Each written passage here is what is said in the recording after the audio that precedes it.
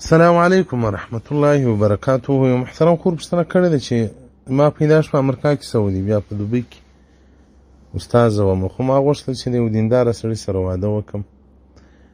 پلار مې اجازه نه راکوله، هغوی یو ماډرني و پین شرټ والا سره واده وکړ. خو بالاخره وایي ما یو څوک د ځان دپاره انتخاب کړي، بیا ورلره پاکستان ته رالم، واده مې ورسره وشو. اوس ما په دې نکاح کې شک دی، د خاوند چې کوم مناسبات دي هغه ته ځان نه تسلیموم. بیا خاوند راته وایي چې زموږ نکاح صحیح ده. وایي ما ورته ویلي چې ما اورېدلي دي یمې چې بې له ولي بې سرپرسته د ښځې نکاح نه صحیح کېږي. نو وایي ده راته ویلي چې هغه بل مذهب یې زموږ په مذهب کې پروا نه لري. محترمه فقهای کرام فرمایي وایي یو ښځه چې غټه وي، حوره وي، بلوغ ته رسېدلې وي، د هغې نکاح بې ولي صحیح ده، مشکل نه لري. فتاوای هندیه جلد اول صفحه 208 الباب رابع فی الاولیاء. دا چې کوم حدیث مبارکه راغلی دي چې رسول الله صلی الله علیه وسلم فرمایي وی لا نکاح نه ده صحیح الا بولین، د ولی په اذن او په اجازه. د دې حدیث معنا علما کرام فرمایي وی په هغه صورت کې چې دغه نجلۍ نابالغه وي او یو بل مشکل کې پکې وي. لکه نجلۍ چې نابالغه وي د هغې نکاح نه ده صحیح، که دا د خپل خاوند په خیر په شر نه پوهېږي څوک ځان ته انتخاب کړي، دا چې عاقله شو بیا مشکل نه لري.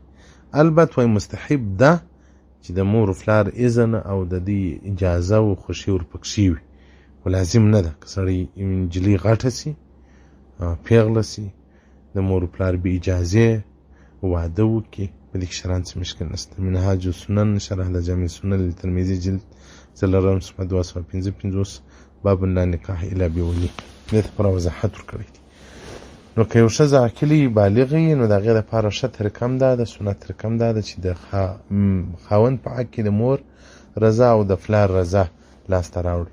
دا تا چې پلار اجازه نه درکوي، وایي دی څوک وکړه چې مثلا هغه د امریکې وي یا د پلانکي ځای وي او تا په پاکستان کې یو افغانۍ ځان ته مثلا یا پښتون انتخاب کړي، په دې کې که ته د پلار په قول نه وکړې، مثلا د پلار څه مخالفت وکړي، شرعاً ستا غاړې نه بندېږي.